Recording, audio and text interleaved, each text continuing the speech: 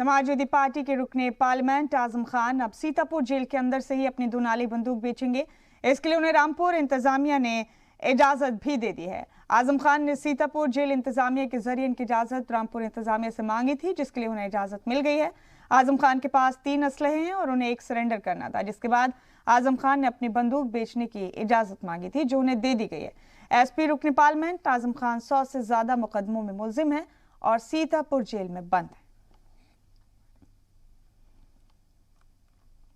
आजम खान ने बजरिया डाक एक अपने दुनाली लाइसेंसी बंदूक का बेचने की अनुमति चाहिए हुई थी, जिसके संदर्भ में उनको बजरिया डाक ही अवगत करा दिया गया है कि उन्हें अनुमति है, उसे बेच सकते हैं। प्रोसेस चूँकि शासनादेश था कि 3 असलहे में व्यक्ति को एक सरेंडर करना होगा, शासनादेश में वर्णित है।